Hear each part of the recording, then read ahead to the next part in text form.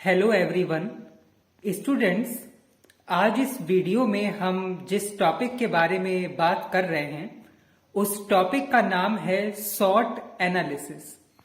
और स्टूडेंट्स ये टॉपिक यानी सॉर्ट एनालिसिस कई सब्जेक्ट्स के सिलेबस में होता है। जैसे फॉर एग्जांपल अगर आपका सब्जेक्ट बिजनेस इन्वायरमेंट आपके पास है या फिर स्ट्रेटेजिक मैनेजमेंट है या बिजनेस पॉलिसी नाम से एक पेपर होता है, तो इस तरीके के जो सब्जेक्ट होते हैं चाहे वो कॉमर्स फील्ड के हों या मैनेजमेंट स्ट्रीम के हों, उनमें ये टॉपिक यानी सॉर्ट एनालिसिस होता है जो एग्जाम पॉइंट ऑफ व्यू से बहुत इंपॉर्टेंट टॉपिक होता है और अक्सर एग्जामिनेशंस में पूछा जाता है।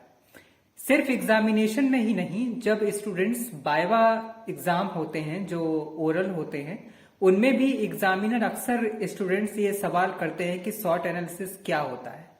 तो स्टूडेंट्स आज हम अपनी इस वीडियो में इसी टॉपिक के बारे में यानी सॉर्ट एनालिसिस के बारे में आपको समरी फॉर्म में बताने जा रहे हैं। और इस टॉपिक में हम आपको बताएंगे कि सॉर्ट एनालिसिस क्या होता है, सॉर्ट एनालिसिस को करने के पीछे क्या पर्पस है, सॉर्ट एनालिसिस की फुल फॉर्म क्या है और सॉर्ट एनालिसिस करने से कौन कौन से एडवांटेजेस यानी फायदे होते हैं या कंपनी क्यों सॉर्ट एनालिसिस करती है। इतने पहलुओं पर हमारी ये वीडियो बेस्ड रहेगी।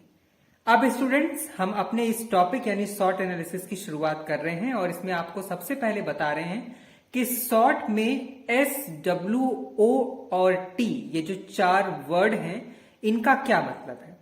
तो स्टूडेंट्स जब आपसे ये पूछा जाए very short answer type questions में या वाइवा में कि सॉर्ट एनालिसिस क्या होता है, तो आप बताएंगे कि सॉर्ट का मतलब है strength, weakness, opportunity and threat. यानी इसको इस तरीके से समझिए कि सॉर्ट एनालिसिस में एस इंडिकेट करता है स्ट्रेंथ को, डब्ल्यू इंडिकेट करता है वीकनेसेस को, ओ इंडिकेट करता है अपॉर्चुनिटीज को और टी इंडिकेट करता है थ्रेट को। स्टूडेंट्स स्ट्रेंथ का मतलब होता है ताकतें या प्लस पॉइंट, वीकनेसेस का मतलब कमजोरियां, अपॉर्चुनिटीज का मतलब मौके या अवसर और थ्रेट को हिंदी में कहते हैं डर या खतरा। अब स्टूडेंट्स तो ये तो हो गई फुल फॉर्म SWOT यानी strength, weakness, opportunity and threat. अब स्टूडेंट्स आप यहां पर यह भी समझ लीजिए कि सॉर्ट एनालिसिस में जो S और W है यानी स्ट्रेंथ एंड वीकनेस वो कवर होता है इंटरनल इन्वायरमेंट की कैटेगरी में, जबकि जो O एंड T है यानी अपॉर्चुनिटी एंड थ्रेट वो आता है एक्सटर्नल इन्वायरमेंट की कैटेगरी में। अब यहां पर ये जो टर्म आए internal environment and external environment ये क्या होता है इसको भी समझ लीजिए। स्टूडेंट्स इंटरनल इन्वायरमेंट का मतलब होता है ऐसा इन्वायरमेंट या वो फैक्टर्स या चीजें जो कंट्रोलेबल हैं या इनसाइड ऑफ द ऑर्गेनाइजेशंस हैं। तो ऐसे फैक्टर्स या ऐसी चीजें जो इनसाइड ऑफ द ऑर्गेनाइजेशंस होती हैं, जिनका हमको आइडिया होता है, जिनको हम कंट्रोल कर सकते हैं, तो ऐसे जो फैक्टर्स होते हैं वो इंटरनल इन्वायरमेंट की कैटेगरी में आते हैं। तो स्ट्रेंथ और वीकनेस इंटरनल इन्वायरमेंट की कैटेगरी में आती है। जबकि जो एक्सटर्नल इन्वायरमेंट होता है जिसके अंदर O एंड T यानी अपॉर्चुनिटी और थ्रेट कवर हो रहे हैं, इनका मतलब ये होता है कि external environment outside of the organisation है। इनमें वो फैक्टर्स या वो चीजें आएंगी जो अनकंट्रोलेबल होती हैं, अक्सर हम उनको प्रिडिक्ट नहीं कर सकते, हमारा कोई उन पर जोर नहीं होता। तो ऐसे फैक्टर्स जो कंट्रोलेबल हों वो इंटरनल इन्वायरमेंट है, ऐसे फैक्टर्स जो अनकंट्रोलेबल हों वो एक्सटर्नल इन्वायरमेंट है। ऐसी चीजें जो इनसाइड ऑफ द ऑर्गेनाइजेशन हो वो इंटरनल इन्वायरमेंट है और ऐसे फैक्टर्स या चीजें जो आउटसाइड ऑफ द ऑर्गेनाइजेशन हो वो एक्सटर्नल इन्वायरमेंट है। तो स्टूडेंट्स अभी तक हमने बात की कि सॉर्ट की फुल फॉर्म क्या है, S और W किस में कवर हो रहा है, O एंड T किस में कवर हो रहा है और इंटरनल और एक्सटर्नल इन्वायरमेंट क्या होता है। इतने पहलुओं पर हमने बात कर ली है।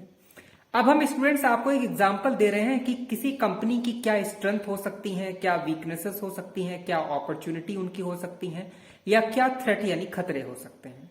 तो स्टूडेंट्स फॉर एग्जाम्पल कोई भी कंपनी है उसकी स्ट्रेंथ यानी प्लस पॉइंट या ताकतें हो सकता है उसका स्टाफ जो स्किल्ड है या जिसको में बेहतर टीम वर्क करने की आदत है, रिसोर्सेस अच्छे हैं उस कंपनी या ऑर्गेनाइजेशन के पास, तो बेटर रिसोर्स का होना, बेटर स्किल्ड लेबर फोर्स का होना, ये हो सकते हैं एग्जाम्पल स्ट्रेंथ के। ठीक इसी तरीके से वीकनेसेस के एग्जाम्पल किसी भी कंपनी या ऑर्गेनाइजेशन के हो सकते हैं अनस्किल्ड लेबर फोर्स, या इस तरीके से भी हो सकता है लैक ऑफ स्पेशलाइजेशन। ठीक है, तो ये हो सकते हैं वीकनेसेस यानी कमजोरियां। अपॉर्चुनिटी के एग्जाम्पल स्टूडेंट्स इस तरीके से हो सकते हैं कि less competition in your area, यानी जो भी आपका एरिया है जहां पर आप अपनी कंपनी या बिजनेस या ऑर्गेनाइजेशन चला रहे हैं उस एरिया में कंपटीशन कम है, तो आपके लिए अच्छा है, अवसर है, यानी अपॉर्चुनिटी है, मौका है। दूसरा एग्जाम्पल ओ यानी अपॉर्चुनिटी का ये हो सकता है कि media coverage of your company या ऑर्गेनाइजेशन, तो इसको अपॉर्चुनिटी के एग्जाम्पल के तौर पे मान सकते हैं।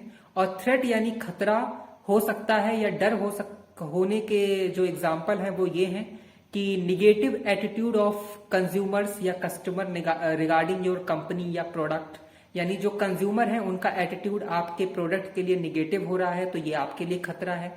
या फिर आपकी निगेटिव पब्लिसिटी हो रही है मीडिया के थ्रू, तो ये आपके लिए खतरा है। तो ये एग्जाम्पल कुछ थे स्टूडेंट्स जो स्ट्रेंथ, वीकनेस, अपॉर्चुनिटी और थ्रेट के हो सकते हैं। ठीक है, अब स्टूडेंट्स हम आपको ये बताने जा रहे हैं कि आखिरकार सॉट एनालिसिस का पर्पस क्या होता है, या कंपनी सॉट एनालिसिस परफॉर्म ही क्यों करती है। तो स्टूडेंट, सॉट एनालिसिस करने का पर्पस ये होता है, या कंपनी सॉट एनालिसिस इसलिए परफॉर्म करती है ताकि वो अपनी इंटरनल स्ट्रेंथ जान सकें, वीकनेसेस जान सकें और उसी के बेस पर डिसीजन ले सकें। इसको एक पॉइंट में इस तरीके से लिख सकते हैं कि सॉट analysis is helpful in understanding internal environment. दूसरा एग्जाम्पल आप पॉइंट में ये लिख सकते हैं सॉट एनालिसिस का एडवांटेज या मेरिट या बेनिफिट किसी भी नाम से पूछा जाए कि सॉट analysis is helpful in understanding external environment. तो सॉट एनालिसिस इसलिए किया जाता है ताकि इंटरनल इन्वायरमेंट को बेहतर समझा जा सके। सॉट एनालिसिस इसलिए भी किया जाता है ताकि एक्सटर्नल इन्वायरमेंट को बेहतर तरीके से समझा जा सके। इसके अलावा जब आप इंटरनल और एक्सटर्नल इन्वायरमेंट को अच्छी तरीके से समझ लेते हैं तो रिस्क भी रिड्यूस होता है। तो इसको आप इस तरीके से लिख सकते हो कि सॉट analysis is helpful in reducing risk.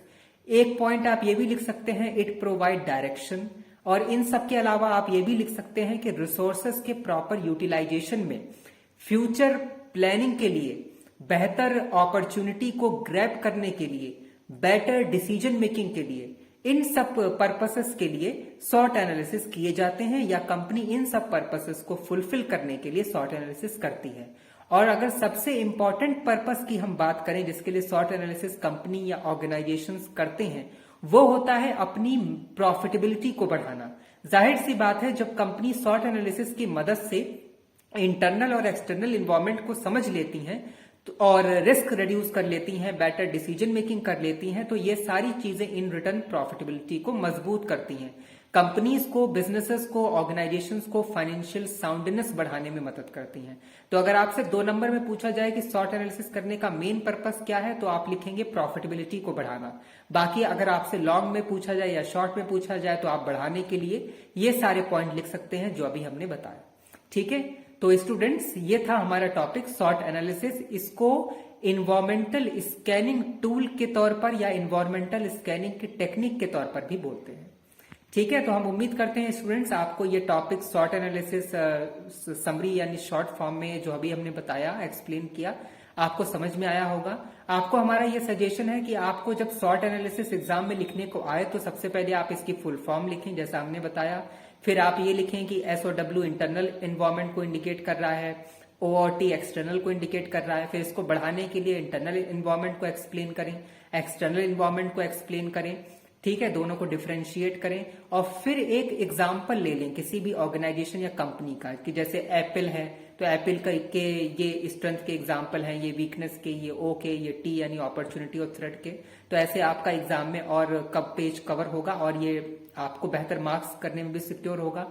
इसका आप एक चार्ट भी बना सकते हैं और इतना लिखने के बाद जो अभी हमने बताया, फिर इसमें आप ये लिखेंगे कि इसके बेनिफिट्स क्या हैं या पर्पसेस क्या हैं। तो हाँ स्टूडेंट्स, हम उम्मीद करते हैं कि आपको ये टॉपिक सॉट एनालिसिस समझ में आया होगा। हमसे ऐसे ही जुड़े रहिए, हमारे चैनल को सब्सक्राइब करिए। Till then stay tuned with us.